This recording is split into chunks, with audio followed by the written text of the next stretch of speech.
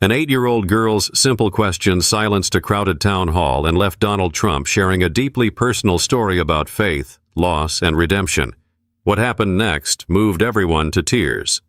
The church fellowship hall in Shreveport, Louisiana, buzzed softly with the sound of folding chairs scraping against the polished floor and murmured conversations. The space, usually reserved for Sunday potlucks and Bible study, had taken on an unusual air that evening. At the front of the room stood Donald Trump, his unmistakable presence filling the modest hall. His orange-tinted complexion and signature hand gestures were familiar to everyone, but tonight he was uncharacteristically subdued, perhaps sensing the gravity of the event. The audience was a mix of families, retirees, and local residents curious to hear what he had to say. But among the crowd, there was one figure who seemed out of place, not because of her size, but because of her quiet intensity. 8-year-old Lily, dressed in her best Sunday dress, clutched an old leather-bound Bible to her chest. It was a treasure passed down from her late grandmother, its pages worn and its gold lettering faded. Her mother, seated beside her, had whispered before they arrived, "You can ask him, but only if you're brave enough, and only if you truly mean it." Lily had nodded, her heart pounding in her chest. She had been rehearsing her question for weeks, scribbling it out in her notebook during recess and murmuring it to herself as she lay in bed at night. It wasn't a question born from childish curiosity, but one that weighed on her soul. As the evening progressed, Trump spoke about his usual topics: policies, achievements, and the future of America. The crowd occasionally clapped or nodded in agreement, but the energy was tepid compared to his usual rallies. Lily waited, her small hands gripping the edges of her Bible tighter with each passing minute. Finally, the floor opened for questions. A line quickly formed, with adults eagerly stepping forward to ask about local issues, national policies, and even a few compliments about his iconic red tie. Lily hesitated, her tiny frame shrinking further into her seat. But when her mother gave her a subtle nudge, she knew it was her moment. Her legs felt wobbly as she stood, her heart thundering so loudly she was certain the entire room could hear it. The line seemed endless, but as she inched forward, the room's chatter began to fade. People noticed her, the small girl with the oversized Bible clutched tightly to her chest. Whispers rippled through the crowd. When her turn came, Trump looked down at her, his expression momentarily softening. "And what's your question, young lady?" he asked, his voice surprisingly gentle. Lily swallowed hard, gripping her Bible so tightly her knuckles turned white. Then, with a voice that trembled but refused to break, she asked the question that had been echoing in her heart for months. "Mr. Trump, what does God mean to you?" The room fell into an immediate and complete silence. Eyes darted between the girl and Trump, the weight of her question pressing down on everyone like a tangible force. For a man known for his rapid-fire answers, Trump didn't respond right away. Instead, he looked at her, then at the Bible in her hands, and something in his demeanor shifted. But before he could speak, the air in the room seemed to thicken with expectation, drawing everyone to the edge of their seats. Trump's silence was almost deafening. For a man who had built his career on quick comebacks and unwavering confidence, this pause felt unusual. He stared at Lily for a long moment, his usual bravado replaced by something softer, almost vulnerable. The Bible she clutched caught his eye again, and his lips parted, but no words came. Lily shifted slightly, her small frame looking even more fragile under the room's collective gaze. Her question had not been meant to challenge or provoke. It had been honest, born from a deep yearning to understand something larger than herself. And somehow that sincerity was louder than any political debate or shouted slogan. The crowd remained hushed. Even the creaking of chairs or the muffled cough seemed to vanish, as though the very air was holding its breath. Trump finally raised his hand slightly as if to steady himself and leaned against the podium. "That's a big question," he began, his voice lower and steadier than usual. "And it's not one I've always had the answer to." The admission surprised many. Trump, known for his unshakable confidence, was admitting uncertainty in front of a crowd. He looked back at Lily and his expression shifted again, this time to something almost paternal. "When I was about your age," he continued, "I had a lot of questions about God, too. My parents would take me to church every Sunday. I remember sitting in those pews, staring at the stained glass windows, wondering if God was even listening to me. He paused again, this time glancing out at the audience as though gauging their reaction. His hand rested on the edge of the podium, fingers tapping lightly against the wood. My father used to tell me, he went on, that faith is like a ladder. You climb it one step at a time, and sometimes you're afraid you'll fall. But you keep climbing because there's something up there worth reaching for. At the time, I didn't understand what he meant. I thought it was just something he said to keep me quiet. A faint chuckle rippled through the audience, breaking the tension just slightly. Lily, however, didn't smile. Her eyes remained fixed on him, waiting for the real answer she had asked for. Trump leaned forward slightly, his tone softening even more. But as I got older, life threw a lot of challenges my way. I faced losses, failures, and moments where I wasn't sure if I could keep going. In those times, I didn't always feel like God was with me. Sometimes I was angry at him. Other times I thought maybe he'd given up on me altogether. The room remained captivated. It wasn't the usual polished rhetoric or rehearsed lines they were used to hearing. This was something raw, something real. But I'll tell you this, Trump said, his voice firming up slightly. Even in my worst moments when I thought I was alone, I realized that faith wasn't about always having the answers. It's about believing that, even when you don't see the whole picture, there's a purpose. There's something greater at work. He glanced back at Lily, whose grip on the Bible had loosened slightly. Her wide eyes glistened under the fluorescent lights. And God, to me, he said slowly, is that purpose. He's the reminder that even when we fall, even when we fail, we're not done. He's the one who keeps telling us to climb the ladder, even when it feels like it's going to break. But before the weight of his words could fully sink in, Lily's eyes welled up with tears, and the crowd began murmuring softly, sensing that something extraordinary was unfolding. Lily's tears came quietly at first, a single drop sliding down her cheek as she clutched her grandmother's Bible tighter against her chest. But then, as Trump's words lingered in the air, her shoulders began to tremble. The crowd noticed, their whispers growing louder, yet no one dared interrupt the moment. Her mother leaned over, instinctively placing a comforting hand on her back. "It's okay, sweetheart," she whispered softly, but Lily shook her head. This wasn't sadness, it was something far deeper. Trump had spoken words she hadn't known she needed to hear, and in doing so he had touched a part of her young heart she had long guarded. Trump seemed to notice her reaction and took a step away from the podium, his face uncharacteristically subdued. "What's your name?" he asked gently. Lily, she stammered, her voice barely above a whisper. "That's a beautiful name," he said with a faint smile. "You know, Lily, sometimes the simplest questions are the hardest ones to answer. And sometimes those questions remind us of what really matters." Lily nodded, her tear-filled eyes never leaving his. "My grandma used to say that too," she said softly. "She said God is always listening, even when you don't hear him." Trump's expression flickered with something unspoken, a mix of admiration and understanding. He took a deep breath, turning his attention back to the crowd. "You know, this little girl just asked a question that most adults are too afraid to ask. What does God mean to us? It's not an easy question because it makes us look inward. It makes us face our fears, our doubts, and our flaws." The room was utterly still, the weight of his words pressing down on everyone. For a moment it felt as though Lily wasn't just a little girl with a Bible. She was a symbol of something much bigger. Her courage had shifted the tone of the entire evening, transforming it from a routine town hall into a deeply personal reflection on faith and humanity. Trump continued, his voice steady but softer than before. "We live in a world where we're always looking for answers outside of ourselves. We think power, success, or money will fill the gaps, but they don't. The real answers are the ones that make us uncomfortable, the ones that make us ask, what do I stand for? What do I believe in? And who am I when no one else is looking?" He paused, his gaze returning to Lily. "Thank you for reminding me of that, Lily. You're wiser than most adults I know." The crowd erupted into soft applause, but Lily didn't seem to notice. Her tears had stopped, replaced by a look of quiet pride. She wiped her cheeks with the sleeve of her dress and looked up at her mother, who smiled back at her with glistening eyes of her own.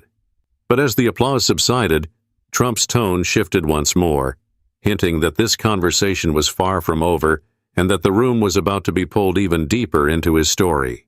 The room grew quieter still, as though the air itself was waiting for Trump's next words. He shifted slightly at the podium, his eyes scanning the crowd before resting back on Lily. There was a heaviness in his expression, a weight that seemed to come from somewhere deeper than politics or public life. "When I was a young man," Trump began, his voice softer now, "there was a time I thought I had it all figured out. I had ambition, plans, and the drive to succeed. But there was one moment in my life, just one, that made me realize how little control I actually had." He paused, letting the words sink in. The crowd leaned forward, their curiosity palpable. Trump rarely opened a window into his personal life, and now it seemed he was about to. "My brother, Fred," he continued. "He was one of the kindest, most genuine people I've ever known. He had a light about him, a goodness that I couldn't quite understand at the time. But Fred struggled. He had his demons, and no matter how much my family and I tried to help him, it wasn't enough." Trump's voice faltered for a brief moment, and he cleared his throat. "When he passed away, I was angry. Angry at him, angry at myself, and angry at God. I couldn't understand why someone so good, someone with so much potential, had to leave this world so soon." Lily's gaze remained fixed on him, her young face etched with an expression far too wise for her age. Around the room, others looked equally captivated, their expressions a mix of empathy and intrigue. "For a long time after that," Trump continued, "I turned away from God. I thought, if he was real, why would he let that happen? Why would he take someone like Fred and leave me behind?" He exhaled deeply, his hand gripping the edge of the podium. "But then something changed. I don't know if it was a dream or just a memory, but one night I saw Fred's face in my mind. He was smiling, this big goofy smile he used to have, and I heard him say, 'Don't be angry, Don. You've got work to do.'" The crowd was silent, the weight of his words pressing on them like a physical presence. Even the faint sound of cars passing outside seemed to vanish, leaving only Trump's voice and the collective beating of hearts. "I realized then," he said, his voice steadying, "that faith isn't about understanding everything. It's about trusting that there's a reason, even when you can't see it. And maybe, just maybe, Fred's purpose was to teach me that." He turned back to Lily, his expression softening. "So when you ask me what God means to me, I'll say this. He's the reason I keep going, even when it's hard. He's the reminder that we're here for more than just ourselves. And he's the one who gives us hope, even in the darkest times." Lily's eyes shimmered again, but this time her tears didn't fall. Instead, she stood a little taller, clutching her grandmother's Bible with both hands as though it were the most precious thing in the world. But just as the room seemed to settle into the gravity of his story, someone in the audience raised their hand, breaking the silence and pulling everyone's attention in a new direction. A man near the back of the hall stood slowly, his hand still raised. His rugged face, lined with years of hard work, bore a serious expression. He was the kind of person you might pass on the street without a second thought, a mechanic, a father, maybe someone who attended church sporadically when life allowed. His voice, however, cut through the stillness like a bell. "Mr. Trump," he said, his words measured and deliberate, "I've spent years trying to figure out my own faith. Hearing you talk about it like this, about anger, doubt, and hope, it makes me wonder if all of us have been too afraid to admit we're struggling. Do you think that's part of the problem?" The question seemed to catch Trump off guard, but he didn't hesitate for long. He leaned slightly on the podium, his gaze meeting the man's. "You know," he began, "I think a lot of us are afraid to admit we're not as strong as we want people to think we are. Faith isn't easy. It's messy. It's complicated. And sometimes it feels like you're just shouting into the void. But the truth is, that's what makes it so powerful. It's not about being perfect. It's about trying, even when you don't have all the answers." The man nodded, his expression softening as he sat back down.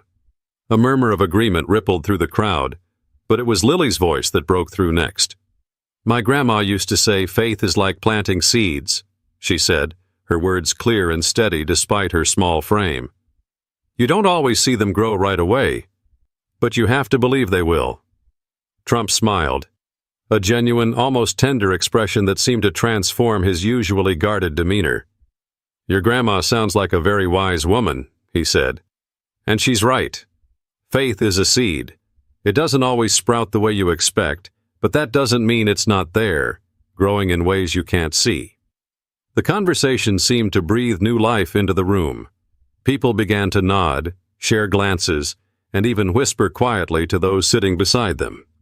What had started as a structured town hall had shifted into something far more personal, a shared reflection on life's challenges, doubts, and moments of grace. An older woman, her silver hair pulled back into a neat bun, raised her hand next. I lost my husband last year, she said, her voice trembling. I've been angry at God ever since. I feel like I've lost my faith entirely. Do you think it's too late to find it again? Trump stepped closer to the edge of the stage, his voice soft but steady. It's never too late, he said. Faith isn't something you lose forever. It's something that waits for you. And sometimes, it's in the quietest moments, when you least expect it, that it comes back to you. The woman nodded, tears glistening in her eyes. Around the room, others looked equally moved, some dabbing at their faces with tissues, others simply sitting in reflective silence. But as Trump's words settled into the hearts of those in the room, it became clear that the evening wasn't just about questions and answers anymore. It was about connection, and what came next would only deepen that bond. The room felt electric now, not with noise, but with a palpable energy of shared vulnerability. People who had come expecting a routine political talk were instead part of something deeply personal. It was as if Lily's simple question had opened a door that no one had dared approach before. And now, no one wanted to turn back. Trump straightened, his gaze sweeping the room. You know, he said, there's something I've learned over the years. Faith doesn't always show up in grand moments. It's in the small ones, the times when someone lends a hand, listens when you're hurting, or asks a question as brave as Lily's. Those moments remind us of what matters. The audience was silent, hanging on every word. Trump's voice, so often commanding and unyielding, now carried a humility that struck a chord. He gestured toward Lily. This little girl reminded me tonight that faith isn't just something we talk about. It's something we live. And when we live it, it spreads. At that, Lily smiled faintly, her cheeks still flushed from earlier. Her mother pulled her close, whispering something in her ear that made the girl's smile widen just a bit more. Trump's tone grew firmer. We're living in a time when it feels like the world is pulling us apart. Politics, opinions, differences. But faith? Faith has the power to bring us together. It's not about being the same. It's about understanding that we're all climbing that same ladder, one step at a time, no matter how different our paths look. A ripple of applause began, slow at first but gaining momentum. People stood clapping not just for Trump but for the moment itself, for the courage it had taken Lily to ask her question, and for the answers it had drawn out of everyone in the room. As the applause subsided, Trump leaned in one last time. So tonight, I'll leave you with this. Ask yourselves what faith means to you, and don't be afraid of the answer, no matter how uncertain it might be, because faith isn't about knowing, it's about believing. He paused, letting the weight of his words settle before adding, and if you found something tonight that touched you, hold on to it. Let it grow, and share it with the people who need it most. The room erupted in applause again, but this time it was punctuated with hugs, handshakes, and even a few tears. Strangers who had entered the hall with little more than polite nods now lingered, exchanging smiles and stories. It was as if a collective weight had been lifted, replaced by a quiet hope. Lily, now standing with her mother, watched Trump step away from the podium. He walked over to her, kneeling slightly so they were eye to eye. "Thank you, Lily," he said, his voice low but sincere. "You've got more courage than most people twice your age. Don't ever lose that." She nodded, her small hand extending to shake his. "Thank you, Mr. Trump," she said, her voice steady now, "for answering." Trump stood, giving her a faint smile before turning back to wave at the crowd. As he exited, the room remained alive with chatter, the people clearly changed by what had just unfolded. Lily looked up at her mother, her voice soft but determined. "Grandma would have been proud, wouldn't she?" Her mother smiled, tears welling in her eyes. "She would have been more than proud, sweetheart. She would have been amazed." As the hall slowly emptied, the lingering message was clear. Sometimes the bravest questions lead to the most unexpected answers, and in those answers we find the pieces of ourselves we didn't know were missing. If this story touched your heart, take a moment to reflect on your own faith and share it with someone who might need it today. And don't forget to subscribe to our channel for more stories that inspire, challenge, and bring us closer together.